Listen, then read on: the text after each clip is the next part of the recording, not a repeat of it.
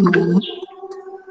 Hari ini kita akan lihat masih lagi dalam bab 3 sebenarnya. Ada satu lagi subtopik yang terakhir iaitu subtopik 3.3, aplikasi pengetahuan eksotermik dan endotermik.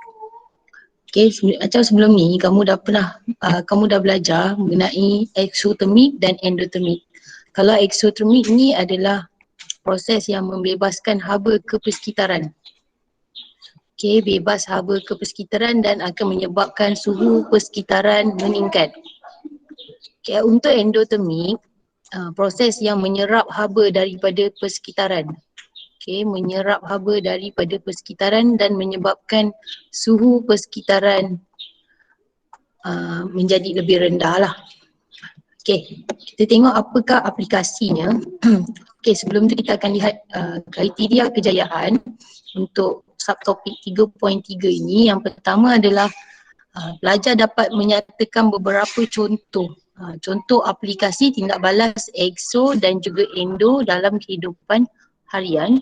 Dan kriteria yang kedua adalah menganalisis nilai bahan api. Kat sini ada 2 poin yang penting kat dalam menganalisis ini. Yang pertama, perlu tahu maksud bahan api. Okey, perlu tahu maksud nilai bahan api. Dan yang kedua adalah menentukan nilai bahan api. Macam mana nak kira nilai bahan api? Okey, nak kira nilai bahan api ni perlu berdasarkan kepada nilai haba pembakaran. Okey, kita lihat seterusnya. Okey, ini adalah kriteria yang pertama. Menyatakan beberapa contoh aplikasi tindak balas eksotermik dan endotermik dalam kehidupan harian. Apa contoh yang pertama adalah pek panas. Okay, ni gambar untuk pek panas bagi yang tak pernah tengok pek panas. Okay, dalam pek ni diletakkan bahan kimia. Okay, dalam pek ni, kat dalam ni ada bahan kimia. Okay, bahan kimia ni fungsi dia untuk menjadikan suhu persekitaran lebih panas. Ini aplikasi kalau kita tengok menjadikan suhu persekitaran panas kan, hot pack. Kat sini pun dia dah tulis hot pack. Jadi suhu persekitaran menjadi panas. Kalau menjadi panas maksudnya suhu persekitaran meningkat. Ini adalah aplikasi bagi eksotermik. Okay, aplikasi bagi eksotermik. Okay, kegunaan dia, apakah kegunaan pek panas ni? Yang pertama, kegunaan dia untuk pendaki gunung. Okay, macam awak tahulah kawasan-kawasan pegunungan, cuacanya lebih sejuk. Okay, ada yang bila mendaki gunung kawasan tu bersalji dan sebagainya kan. Jadi dia akan bawa pek panas ni untuk memanaskan badan dia lah. Okay, yang kedua adalah untuk kegunaan penjelajah kawasan iklim sejuk. Okay, tak ada orang tempat sejuk. Tak ada orang tempat panas macam Malaysia ni guna pek panas untuk memanaskan badan. Okay, tak ada. Ini semua untuk kegunaan kawasan-kawasan sejuk lah. Okay, apa yang terkandung kat dalam pek panas ni adalah bahan kimia yang akan membebaskan haba ke persekitaran. Ni yang saya cakap, ini adalah proses eksotermik. Okay, apakah bahan kimia tersebut? Ini nama dia, kalsium klorida, magnesium sulfat kontang dan juga kalsium oksida. Macam mana cara nak gunakan? Kita akan rendam dengan air lah. Okay, maksudnya semua bahan kimia ni nanti dia akan bertindak balas dengan air, barulah dia akan membebaskan haba ke persekitaran. Proses eksotermik berlaku. Okay, itu satu contoh bagi aplikasi eksotermik dalam kehidupan harian. Okay, kita tengok yang kedua. Contoh yang kedua adalah tadi kita ada pek panas, ini kita ada pek sejuk. Okay, pek sejuk pula. Gambar macam sama tapi bezanya kat sini dia tulislah full pack dan kemudian awak lihat dia punya warna dia warna biru. Okay, pack sejuk ni sama juga macam pack panas, dia ada bahan kimia yang terkandung kat dalam ni. Cuma bezanya bahan kimia ni nanti dia akan menyerap haba daripada persekitaran. Okay, dia serap haba menyebabkan suhu persekitaran akan menurun. Okay, bila suhu persekitaran menurun, ini adalah proses endotermik. Okay, ini adalah endotermik. Okay, apakah kegunaan pek sejuk ni? Kegunaannya untuk atlet sukan yang mengalami kecederaan. Kalau dekat dalam sekolah ke apa, biasa kita tak gunalah pack sejuk ni, kita pakai ais je. Okay, fungsi dia sama je sebenarnya. Kalau atlet-atlet yang ada cedera ke, bengkak ke apa ke, kita akan letak ais kan. Sama lah kat sini kita akan letak pack sejuk. Tapi kelebihan pack sejuk ni dia tak cair lah macam ais. Kalau ais tu perlukan banyak ruang, tempat, lepas tu perlu ada tempat penyimpanan supaya dia tidak cair kan. Kalau untuk pack ni dia lebih mudah untuk dibawa lah. Okay, bahan kimia yang terdapat dalam pack sejuk ni akan menyerap haba daripada persekitaran. Okay, ini yang dikatakan proses endotermik dan ini adalah salah satu aplikasi endotermik dalam kehidupan harian. Okay, apakah nama bahan kimia yang terdapat dalam pack sejuk ni? Ni dia, amonium klorida, kalium nitrat, natrium thiosulfat. Okey, ini adalah contoh-contoh nama bahan kimia. Ini nama bahan kimia yang terkandung dalam pack sejuk. Macam mana cara nak gunakan pack sejuk ni? Sama macam pack panas. Kita akan rendam dengan air dan kemudian bahan kimia tersebut barulah berfungsi. Okey. Lihat contoh-contoh lain. Ini adalah contoh-contoh tindak balas endotermik. Kalau awak rasa sejuk je tu kan, tu endotermik lah. Apa contohnya? Ni. Pad gel untuk meredakan demam. Contoh macam biasa kita tak sebut pad gel, kita sebut cool fever. Untuk budak-budak pakai kat dahi kan. Nak bagi sejukkan kepala dia. Okay.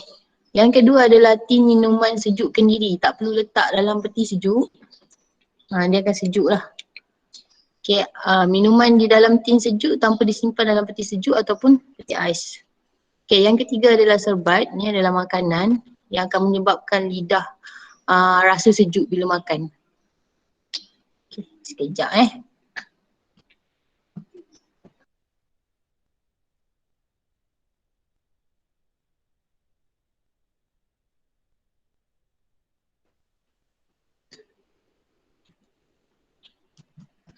Okay.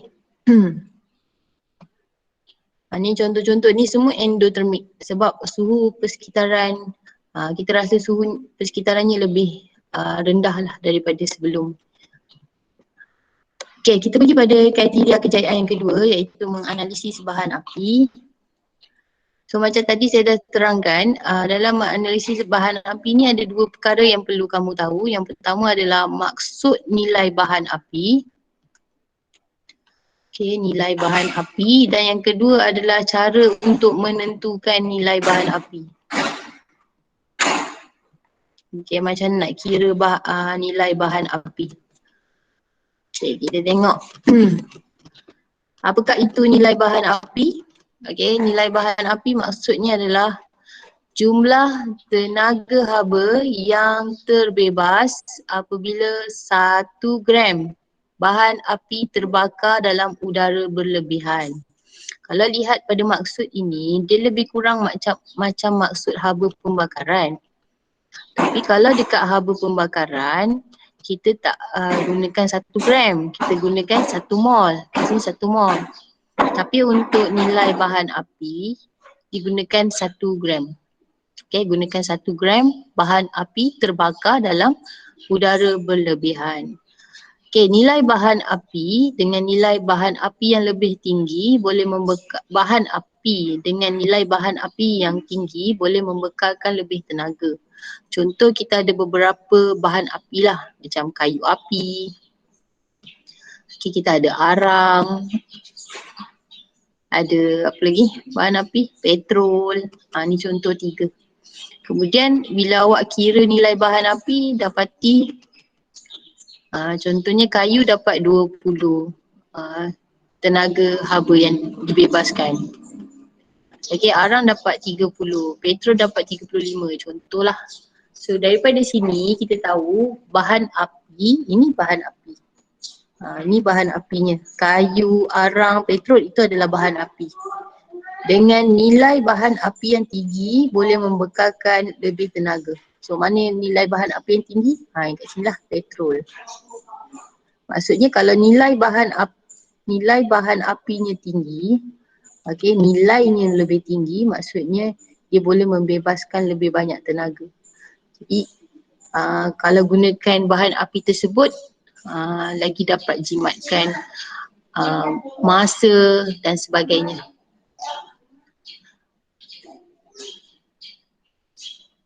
Okey, unit bagi nilai bahan api. Okey, unit bagi nilai bahan api adalah kilojoule per gram. Kalau unit haba pembakaran adalah kilojoule per mol. Tu beza dia. Sebab dekat haba pembakaran kalau ikut maksud dia adalah 1 mol bahan apa ni yang terbakar kan. Kalau dekat ni 1 gram. Dia guna gram. Jadi unit, jadi dia adalah kilojoule per gram.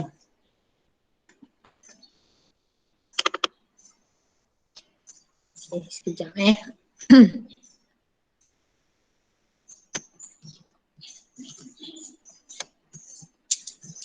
Okay, kita tengok ni jadual untuk perbandingan nilai bahan api. Kita ada kayu, contoh bahan apinya adalah kayu. Kat sini adalah metana. Metana ni adalah siri homolog dia adalah alkana. Okay, tapi bukan semua alkana mempunyai nilai bahan api yang sama. Okay, sebab tu dia fokus pada nama metana saja. Kalau kita lihat kayu nilai bahan apinya 20, metana 27, arang 30, etanol 30. Okey, arang dengan etanol ni sama nilai bahan apinya. Okey, tapi kalau dari segi kos, contohlah kalau nak jimat kos kita guna arang. Tapi kalau dari segi pencemaran, okey, nak jaga alam sekitar, bagi pengilang-pengilang yang nak jaga alam sekitar, dia tak kisah pasal kos, so dia akan gunakan etanol. Sebab etanol ni adalah salah satu contoh bahan api yang terbakar dengan nyalaan yang bersih. Maksudnya tidak ada jelaga. Yang ni tak ada jelaga. Tapi kosnya lebih tinggi lah berbanding dengan arang. Kalau arang, kosnya rendah, dan kemudian dia dapat menghasilkan nilai bahan api yang tinggi juga, tapi kesannya arang ni ada pencemaran alam sekitar. Okey, seterusnya kita ada petrol. Petrol 34 nilai bahan api, kerosin 37, gas asli 50 dan hidrogen. Nilai bahan apinya sangat tinggi iaitu 143 kilojoule per gram. Okey, apa kegunaan jadual ni sebenarnya?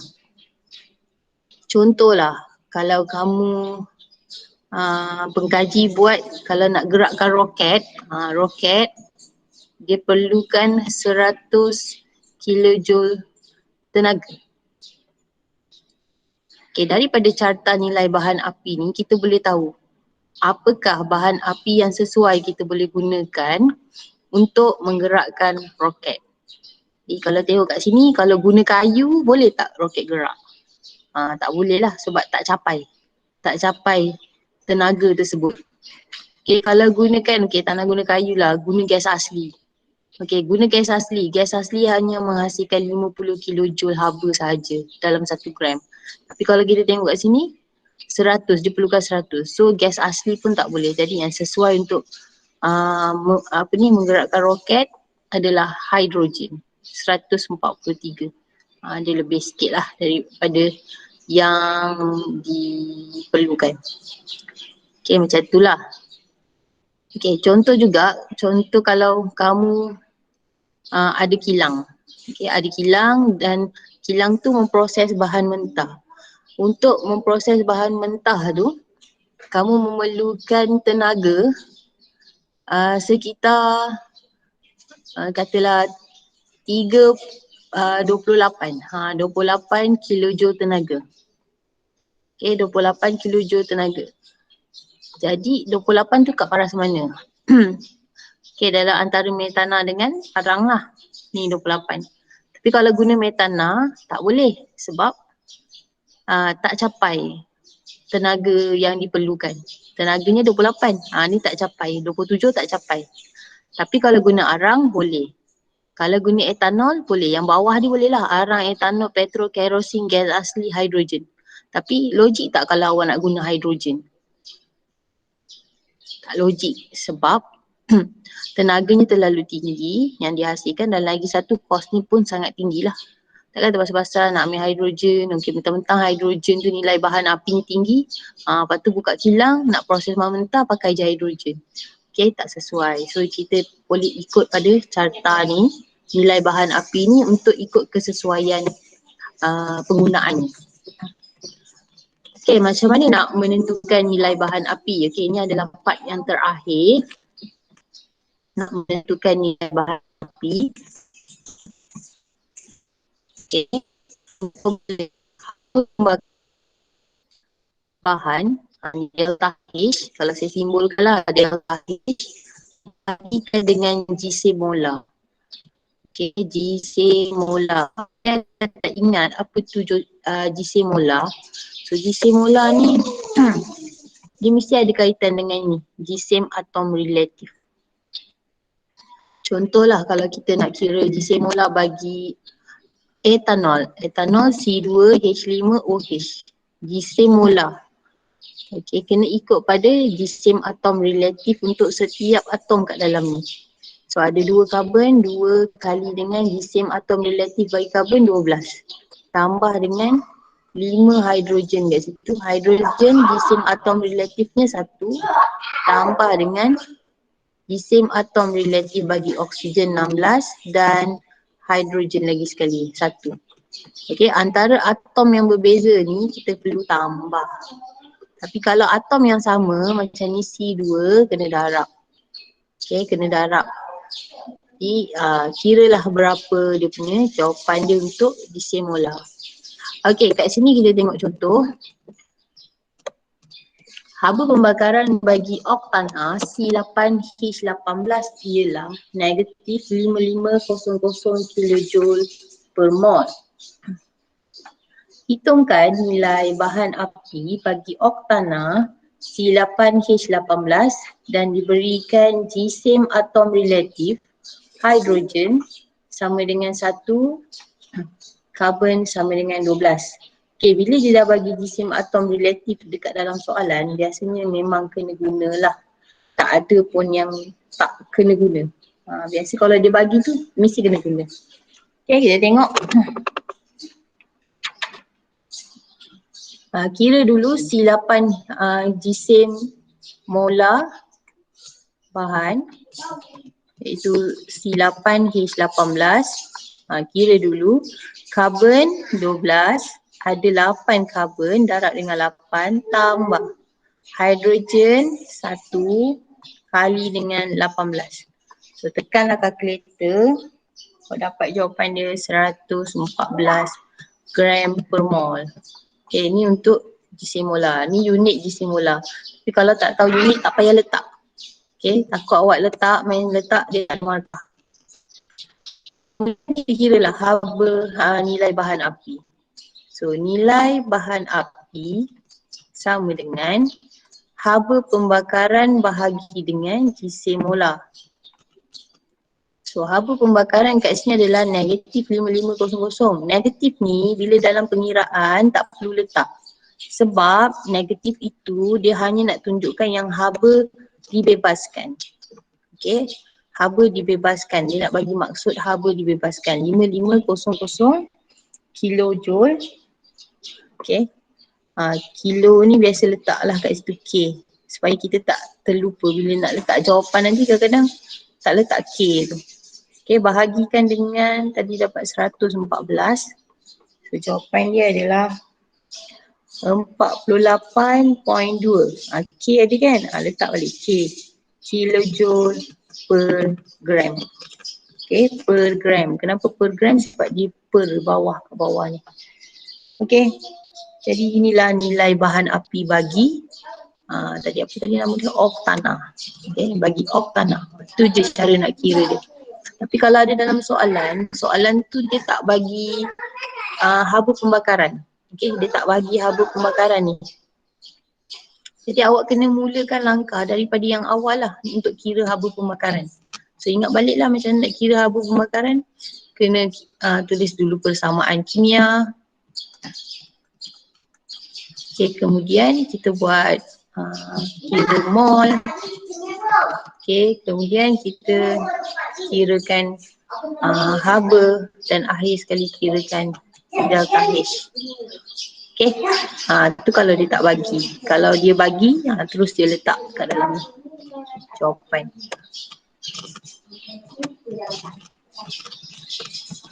Okay, faktor-faktor pemilihan bahan api. Okay, ini mungkin untuk pengilang ke, untuk apa saja yang memainkan faktor dia lah. Dia nak fikir apakah bahan api yang sesuai untuk digunakan. Okay, contohnya mudah didapati dan sumber bahan api. Okay, katalah nak guna arang. Okay, arang lebih mudah didapati daripada petrol, contohnya lah. Okay, yang kedua adalah nilai bahan api itu sendiri. Ini macam tadi saya dah bagi contoh lah. Contoh kilang tu dia perlukan memproses bahan mentah sebanyak 30 tenaga yang diperlukan. Jadi jangan ambil kurang daripada tu, jangan ambil terlebih sangat. Nanti akan berlaku pembaziran kos. Okay, yang seterusnya adalah kos bahan api. Okay, kos bahan api pun saya dah buat perbandingan tadi. Contoh dengan arang dengan etanol, sama dia punya nilai bahan api. Tapi kalau nak ambil kos yang rendah, kita ambil arang lah. Okay, yang seterusnya adalah kesan bahan api terhadap alam sekitar. Ini juga memainkan peranan dalam faktor pemilihan bahan api. Kalaulah dalam soalan tu dia minta pilih yang dapat menjaga keselamatan alam sekitar. Okay, kita tak akan ambil macam arang ke, okay, petrol pun samalah. Petrol dia boleh menghasilkan gas karbon dioksida yang boleh menyebabkan pencemaran alam sekitar. Tapi kalau etanol ni okey lah. Ini adalah pembakaran yang bersih. Okey. Ini adalah 4 faktor pemilihan bahan api. Okey, sampai setakat ni ada apa-apa soalan tak?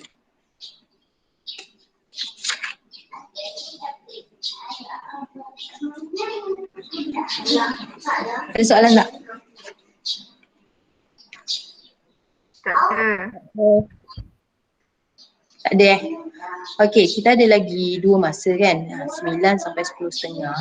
So untuk 2 masa ni saya akan sambil bincangkan jawapan yang lepas lah.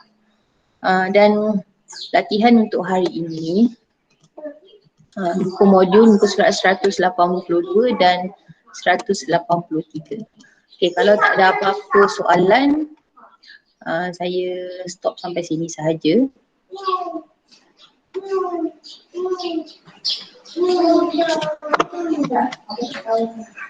Okey, Assalamualaikum warahmatullahi wabarakatuh dan terima kasih. Salam. Terima kasih Cikgu. Sama. Cikgu, Ya. adakah hidrogen je yang mempunyai nilai bahan api paling tinggi? Setakat ni lah. Oh. Hidrogen Dia dia, paling tinggi lah. tapi dia akan campur dengan oksigen lah sebab pembakaran kan. Pembakaran mesti tindak balas hidrogen dengan oksigen. Oh. Kenapa Tan?